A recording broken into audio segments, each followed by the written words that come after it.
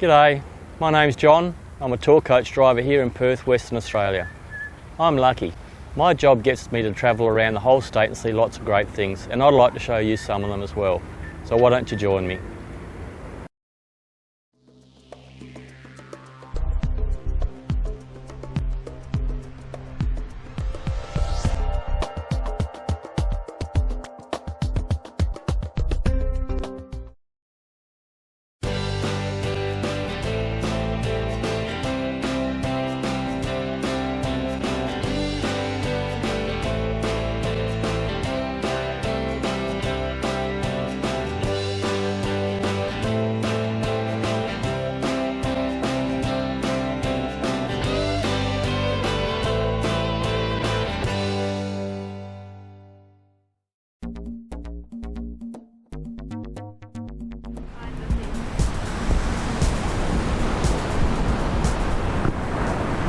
G'day all.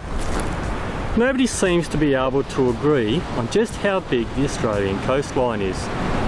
But with over 25,000 kilometres of coast around Australia, there's a fairly good chance that we're going to have some pretty amazing beaches, with a lot of life revolving around the water.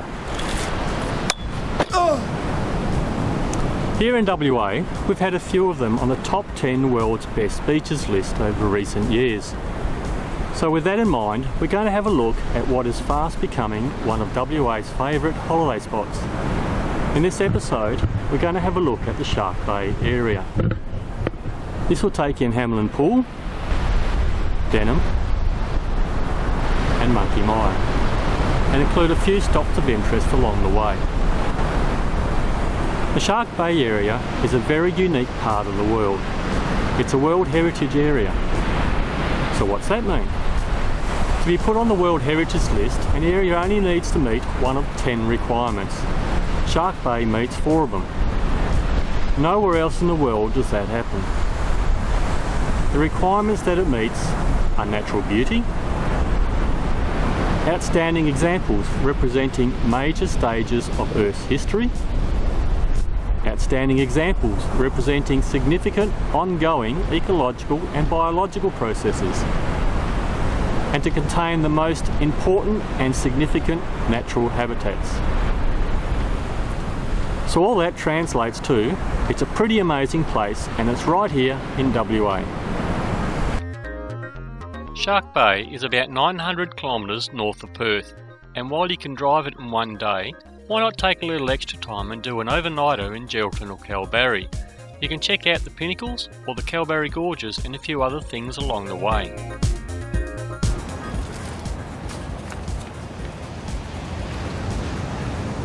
Once you get past Geraldton, it starts to get pretty barren and fuel and water in short supply.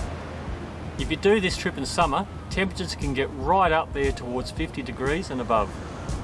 Your car needs to be in a reasonably good working order. If you break down out here, help could be a pretty long hot wait in the sun, so take precautions. There are a couple of roadhouses along the way. Billabong is a pretty good place to stop and get a feed, and about 30 minutes up the road is the Overlander, which is where you'll turn left to head towards Shark Bay.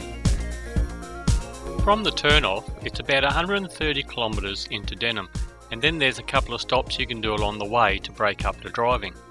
You can do them on the way in or on the way out, or both, it's up to you. Hamelin Bay started out as a station long before anything else was here. They ran sheep and then later on goats. The station is still here today, even though it's more of a station stay for tourists rather than being a full-on working property. In 1884, the Hamelin Pool Telegraph Station was built and became an important link in the telegraph line running between Perth and Roebourne. The original buildings are still here, and there's a pretty good museum in the main building. A lot of people come into here and have a quick look around and then leave. But unless you do the station tour, you will never really find out the amazing stories about this place and how it has left its mark on history.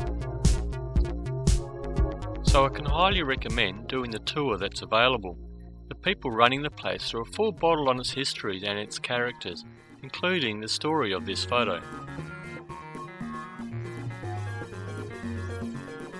And and there's heaps of old relics around from the past, and there's usually someone that will remember the days that they used to work on them. The station even played its part in man getting on the moon and when Cyclone Tracy smashed in the Darwin.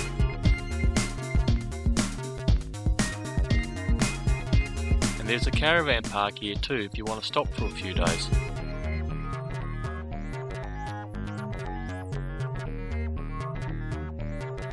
Behind the telegraph station is a shell block quarry where billions of cockle shells have cemented themselves together over millions of years.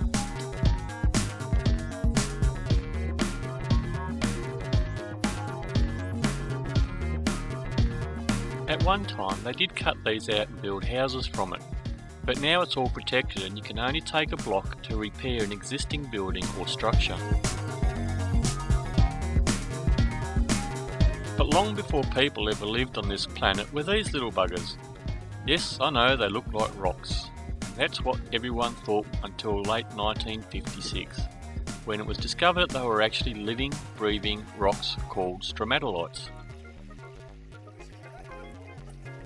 These ones are only around 2,000 to 3,000 years old, but their relics go back 3.5 billion years ago. See, if it wasn't for these little blokes doing what they do all that time ago, we humans, or any other living thing, wouldn't be here now.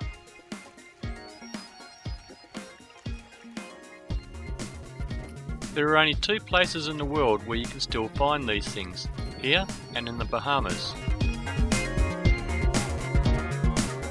You can still see the marks in the algae mats where the wagons loaded with wool were pulled out over the rocks to the small boats that would then transfer them to the bigger boats anchored in the deeper water.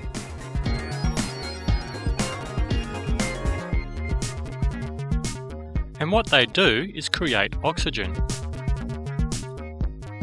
You can get a full rundown on their story when you do the telegraph station tour.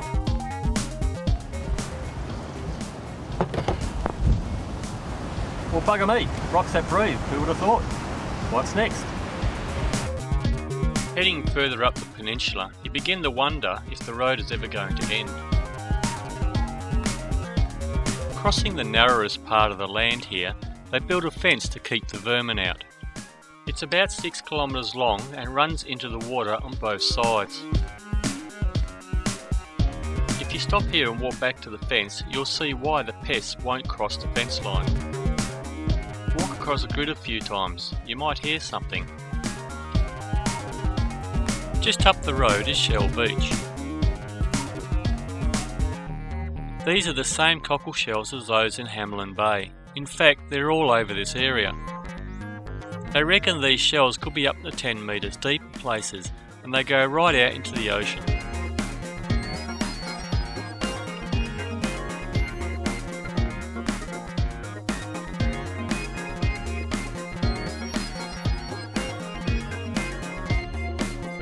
But don't forget, if you do come out here, it is part of a national park, so don't remove the shells or you'll get a big fine.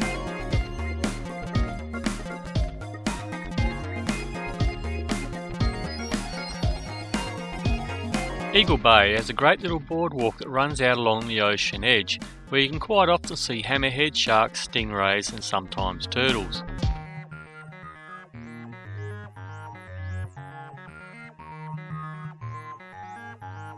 The water is really clear and still most of the time.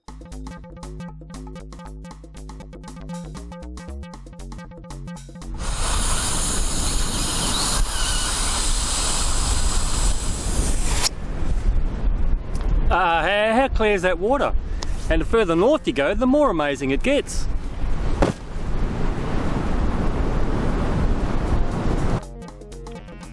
At the end of the road you'll get to Denim. Denim is actually the town site for the area. It's only got a population of about 600 people, and fishing would be the only real industry out here, with tourism coming in a second.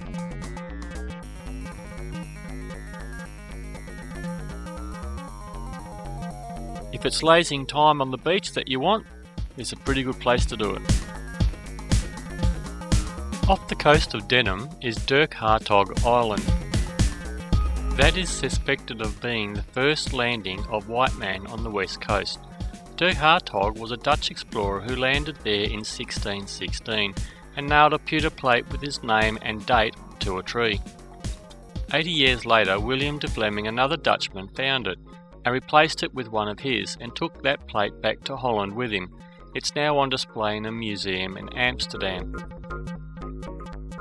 While Denim is the town of the area, there is no question that Monkey Mia is the tourism capital of the region and the reason why most people come here.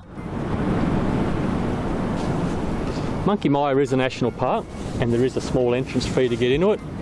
And if there's nobody in the entrance box when you get there, then do the right thing and pay up at the park office. There is a resort here with room for everything from tents to caravans, backpackers and self-contained rooms.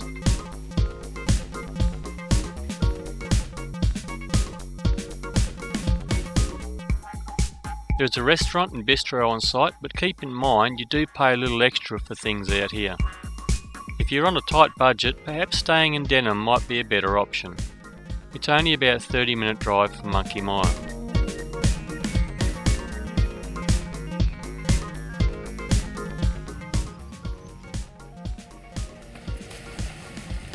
The big attractions are the dolphins. You could be swimming on the beach and you may find one come right up next to you. Feeding time starts at about 8 AM and it's usually pretty busy. And they will only pick 2 or 3 out of the crowd to hand feed them one fish. Then there is always the chance that they might not even show up. These are wild animals and they do what they like. I've only had maybe a couple of times where they've never shown up, so it's a pretty good chance they'll be here when you are. They'll usually have a couple of feeding times in the morning if the dolphins are still around. Most people will come down on the first feeding, so you'll probably get a better chance of having a go on the second or third feeds. Other than that, there are camel rides and day and sunset cruises to keep you entertained, or you can just sit on the beach all day.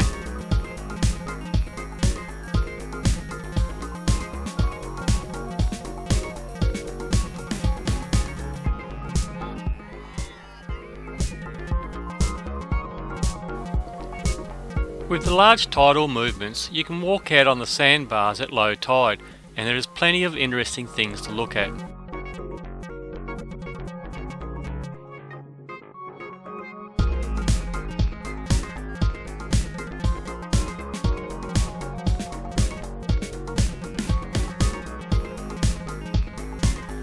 Just keep an eye on the tides. As soon as you see the tides start to turn back in, start getting out of there because they come in pretty quick.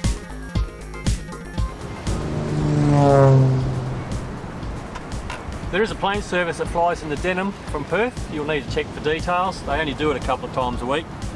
So that's Shark Bay area done. It's really an amazing region.